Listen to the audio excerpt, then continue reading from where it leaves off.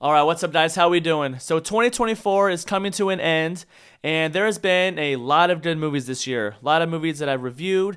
I started my channel a few months ago, back in August. So I've reviewed, quite a few since then. But, I've seen also a lot of movies. I've seen close to 70 movies this year. And today I'm going to be giving you my top 10 movies of 2024. So starting with number 10, it's going to be The Wild Robot. This movie was amazing. I mean, it surprised me a little bit. I've never read the book. I didn't know anything about it really. I just heard nothing but rave for this movie, and it lived up to every single bit of it. This movie is a story about motherhood, about life, growing up, accepting one another, and the movie just executes that pretty much flawlessly. Bright Bill, one of our main characters, just starts off as this cute, like the cutest little goose you've ever seen in your life. And the robot, played by Lupita Nyong'o, is also great in this movie. A lot of great voice actors. The animation is beautiful, and just the message behind all of it is just so heartwarming. And the score, the music, also just adds to making you feel just so good. It's really just an all-around amazing story. Now we have number 9, and that is going to be The Substance. This is one of the craziest movies I've literally ever seen in my entire life. Demi Moore gives an absolutely Oscar-worthy performance in this. As you know, the Academy usually doesn't give any nominations to horror movies or anything other than dramas or comedies sometimes. So I doubt she's going to get a nomination, but she absolutely should. There's just no question about it. The movie is horrifying, body horror, all the prosthetics from the first time when she ingests the substance into her. It's just, you're on a nonstop thrill ride, and it really just never lets up. This movie has a lot to say. There's lots of good themes throughout. The ending goes pretty fucking nuts, pretty off the wall, but I didn't mind it. I kind of enjoyed that aspect of it just because of how far she was willing to go, and this movie was just awesome. It left my jaw on the floor multiple times throughout this film. And now we have number 8, and that is going to be Strange Darling. So I was supposed to see Blink twice on the Thursday before. I believe both of them came out at the same time. Maybe Strange Darling came out, a week before or whatever,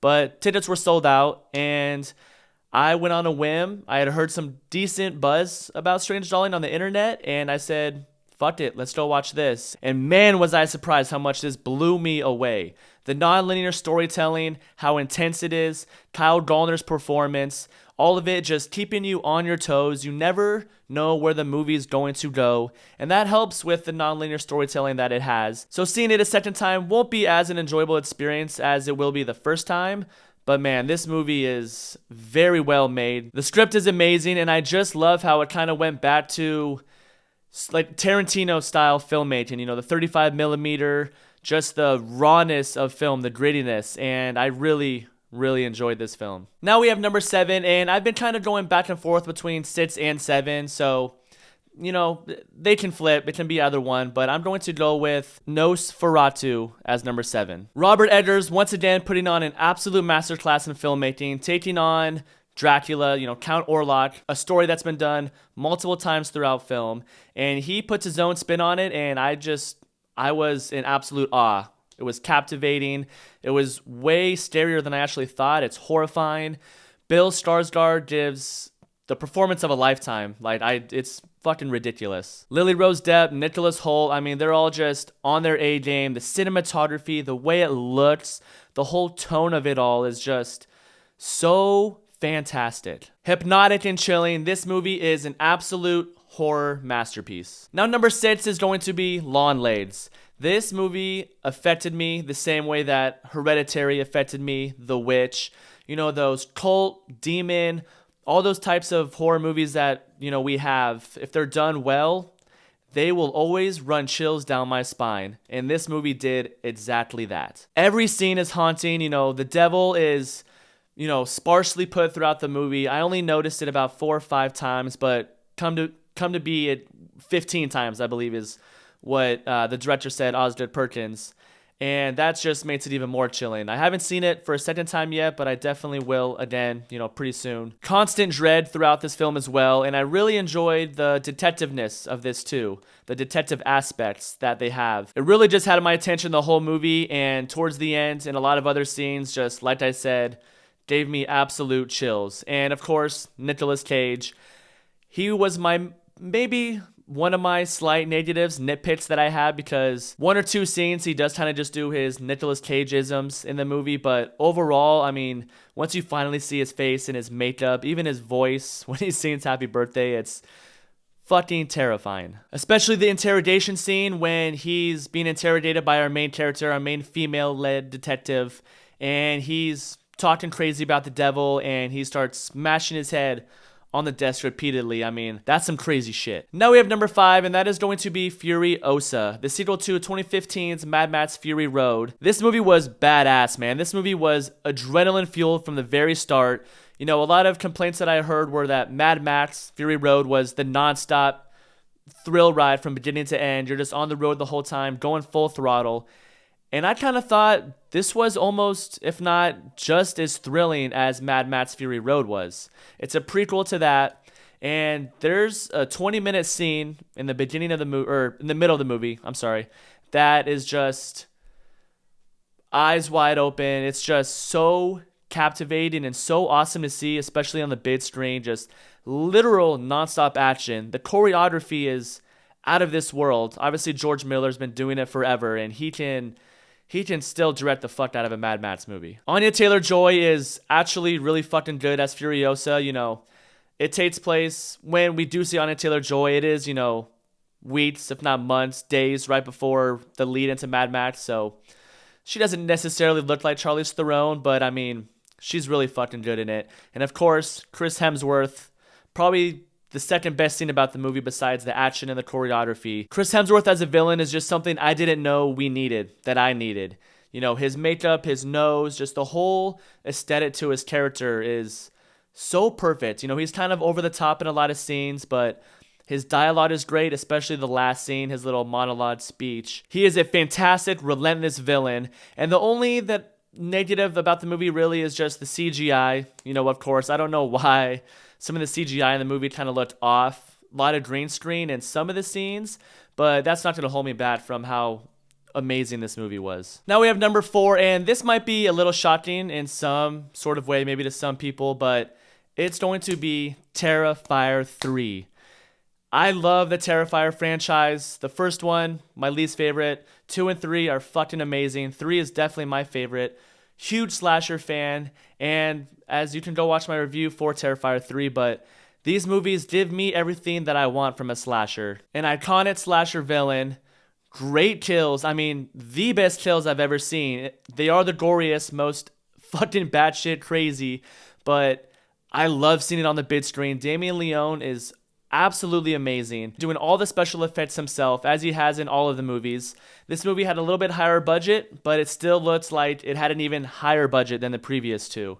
And just the prosthetics, the makeup, the audacity, the ambition of these kills, the creativity is just, it's just through the roof, and you'll really never see a slasher like this, period. Ever. Arthur Clown is even more hilarious in this movie as well. You know, he never says a word as usual, but there are certain scenes that are just laugh out loud funny in the best way. And then he goes and just does the most brutal kill you've ever seen on screen in your life. And I also didn't mind the story in this. You know, we're going to get a lot more in the fourth one. You know, I know it's kind of breaking things into pieces here and there. You're not getting a lot of answers at like at the end of the second one with the sword. And then this one, it kind of leaves on a cliffhanger. But I'm excited to see where they go, and I, without a doubt, trust Damien Leone. And Lauren Rivera as Sienna Shaw, our main final girl. One of the best final girls of all time. Like, the fight with them at the end in the house, the final battle, sword, chainsaw, whatever they do, you know, it's so cool. And without a doubt, one of my favorite horror franchises of all time. So now we're in my top 3 movies of 2024, and these top 3... you can rearrange them, I guess, a little bit. You know, it wouldn't really matter that much. These are my 3 most favorite movies of the year for sure. But a lot of my ranking on this has to do with the rewatchability of all these movies. So take that with a grain of salt. But number 3 is going to be Dune Part 2. This movie is really just an absolute miracle of a film. I mean, the direction that Denis Villeneuve has in this movie, the first one, amazing, one of my favorite movies ever. as well as this one. But this is the second half to the first one, so they're both, it's really just one long 5-hour movie. So that kind of factors into it as well, but I did like the second one better than the first just because it's kind of one second part of the second act and then an entire third act. But the visuals and the special effects that Villeneuve is able to pull off in this movie, able to accomplish, it's unmatchable, really. I mean, no director, maybe Christopher Nolan today, is working that can pull off something like this, adapting something like Dune. All the action scenes are flawless. The sound design is ear-piercing and just leaves such an impact on you. The scale of this movie is unreal. You know, all the fight scenes, all the ships, everything just looks so real. Like they actually went to this planet to film it. And it sucks you into this world of Dune so well. Seeing the House of Atreides, you know, finally fighting back and trying to finish taking over Arrakis, fight against the Harkonnens. Austin Butler coming in as a new villain, Fade Rotha, who's completely unrecognizable. He had such a nice touch to this movie. His acting is unhinged. And then Timothée Chalamet, of course. I mean, this guy can really do no wrong. I think he should be nominated for 2 movies this year for Best Actor.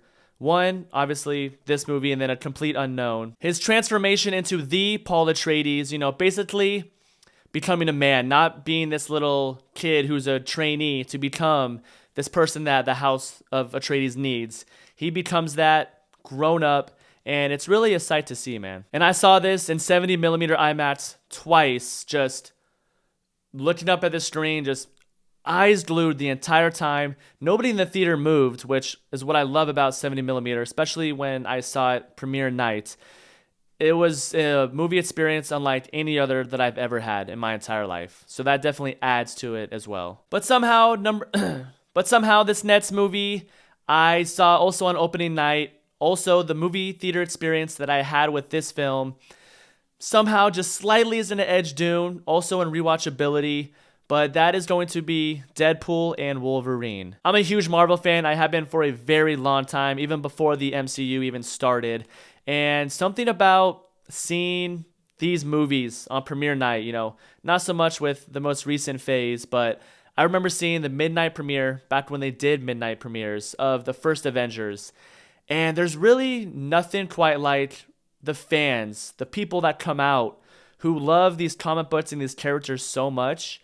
That's just, it's unmatchable. Seeing Deadpool and Wolverine opening night, sold out theater, absolutely packed crowd.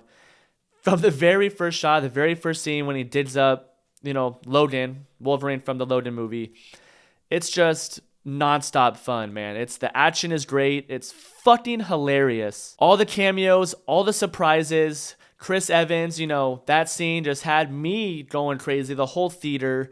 Blade, Elektra. I mean, it was an absolute, you can say cameo fest, but it was something like I've never seen before. People were going nuts, and it was just such a fun time. Even Channing Tatum in this movie, who plays Gambit, I mean, this guy, his character, his acting, his accents literally had me in tears multiple times throughout this film. And of course, seeing Ryan Reynolds and Hugh Jackman finally on a screen together as their respected characters, it was nothing short of magic, man. Their chemistry is electric, and it's without a doubt one of my favorite comic book movies, MCU movies of all time. Now we have my number 1 favorite movie of the year, and this is going to surprise a lot of people, I'm sure, just because of maybe a lot of you haven't seen it. You know, it came out very limited release, I believe, back in March, and then it went to Prime Video a couple months later. But my number 1 movie of the year is going to be Snack Shack. I love coming-of-age movies of all types. You know, Richard Linklater, one of my favorite directors, Boyhood, Dazed and Confused, of course. You know, these types of movies are just so much more relatable to someone especially like me. I very much so miss being a teenager, growing up, going through everything that, you know, becoming an adolescent involves with, you know, flirting with girls, going to parties, drinking, doing all the stuff us teenagers would do when growing up, you know, learning. And this movie takes place in the 90s, so I didn't quite experience it the same way that they did in the movie.